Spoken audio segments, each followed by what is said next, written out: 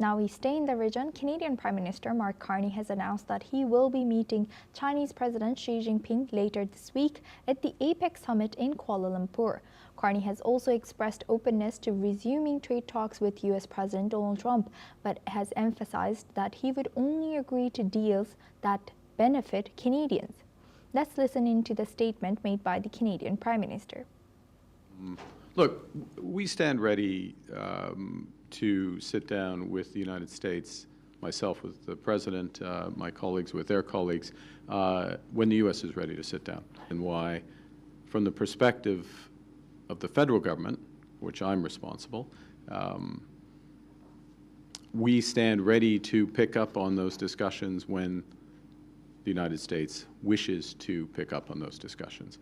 So, as I always would be, as you would expect, as President of the United States, so of course, make myself available. I make myself available for other world leaders as they wish to. We will both be in APEC. Canada's a member of APEC. I mean, we are ready to have discussions when the Americans wish to have those discussions. But we're not, obviously we don't dictate the timing of that. Relations with the U.S. have soared recently after Trump cut off trade talks over a controversial Ontario political ad and imposed additional tariffs on Canadian goods.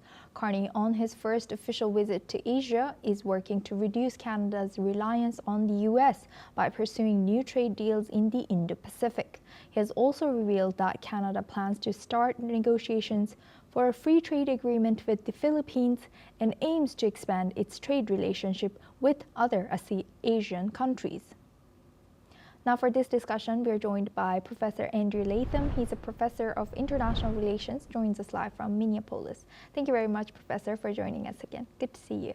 Professor, how might Canada's engagement with China at the APEC Summit influence its trade strategy in the Indo-Pacific?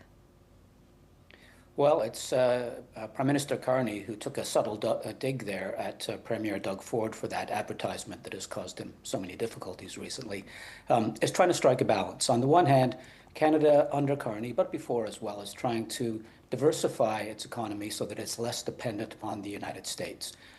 Strategic autonomy might be the word that your viewers it would resonate with your viewers. So he wants a good relationship with the U.S., that's important, an economic relationship with the U.S. But he also is looking to diversify away from that relationship, and that's where the Indo-Pacific comes in, looking to do more business with China, for example, but also the Philippines and India and Indonesia and South Korea and Japan, et cetera, looking for new investment opportunities and new sources of investment for Canada as well. So striking that balance is what Prime Minister Carney is all about on this first Asian trip of his. And it remains to be seen whether he can pull it off.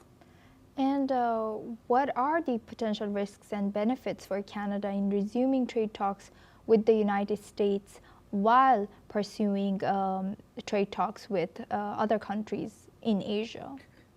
Right. And the other countries, to be clear, the other country that matters in this respect is China. Yeah. China has a large diaspora in Canada. China has lots of investments in Canada. China purchases things from Canada.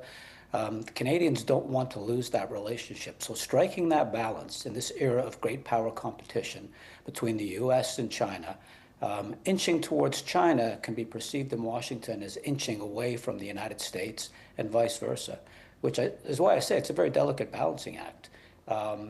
Clearly, there are economic imperatives for Canada to repair its soured relationship with the People's Republic of China, Beijing.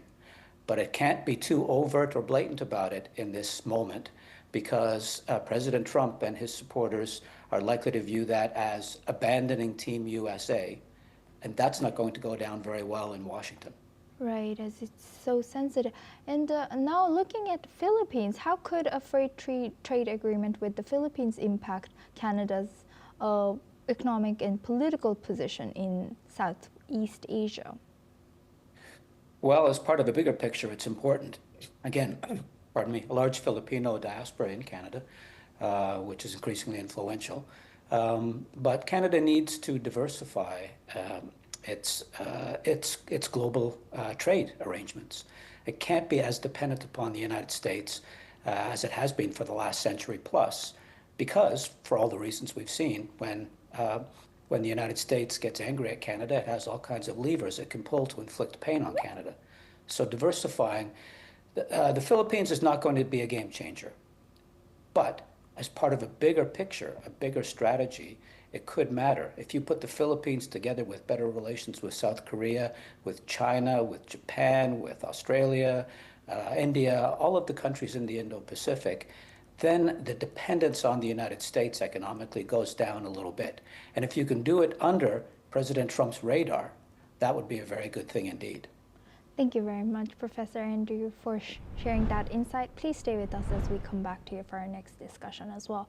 Now, Venezuelan opposition leader Leopoldo Lopez